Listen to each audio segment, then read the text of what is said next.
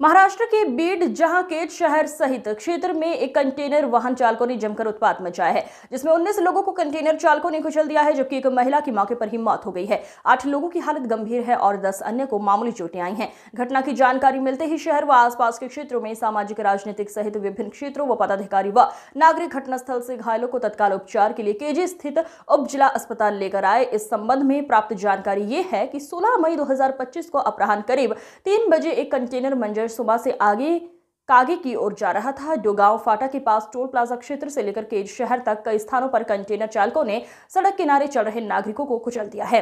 Container लापरवाही से तेज गति से जा रहा था और उसने सड़क पर चल रहे तथा सड़क के किनारे खड़े मोटरसाइकिलों, 4 पहिया वाहनों और कुछ 4 सीट वाले रिक्शाओं को टक्कर मार दी। संवाददाता वसंत सोनवारे की रिपोर्ट। फाट्यावर त्या ठिकाणी हा कंटेनर पलटी झाल्याचं कळतंय। त्यानंतर पोलिसांनी त्या कंटेनरच्या ड्रायव्हरला ताब्यात घेण्याचा प्रयत्न केला, मात्र तो त्यापूर्वीच पळून गेल्याचंही या ठिकाणी प्राथमिक सांगितलं जाते। मात्र या सगळ्या घटनेनं पुन्हा एकदा केज शहराच्या सुरक्षिततेचा प्रश्न पुन्हा एकदा ऐरणीवर आलाय। कारण केज शहरात ट्रॅफिक जे आहे, केज शहराची आपण बघतोय श्री छत्रपती शिवाजी महाराज चौक ते भवानी चौक या दरम्यानची ट्रॅफिक अतिशय मोठी असताना सुद्धा विशेष म्हणजे नव्यानं जो आमचा महामार्ग झालेला आहे तो अनियोजित झालेला आहे। कारण जी नाली होती ती मूळ नालीच्या जागी न घेता पुढे घेतल्यामुळे लोक रस्त्यावर जास्त राहू लागलेले, वाहनही रस्त्यावरच जास्त प्रमाणात राहू लागले।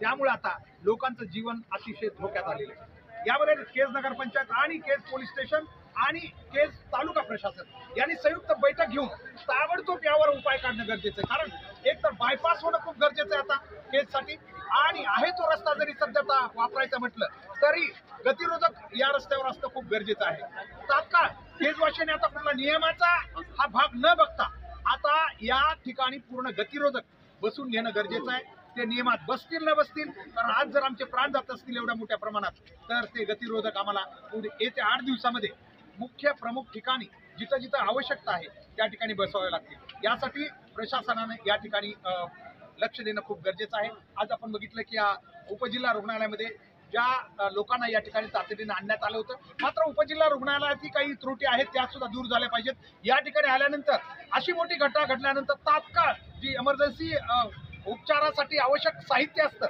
ते या ठिकाणी असल्याचं दिसलं नाही। पळापळ झाली होती, हे आणा ते आणा। याचा अर्थ असा आहे की अशा मोठ्या घटनेला हे रुग्णालय सामोरं जायला तयार नाहीये। हा हे खरंय की आल्यानंतर जे स्टाफ उपलब्ध होता त्यांनी प्रामाणिकपणे खूप चांगला उपचार केलेले, तातडीनं अतिशय धावपळीने उपचार केले, त्याच्या शंका नाही।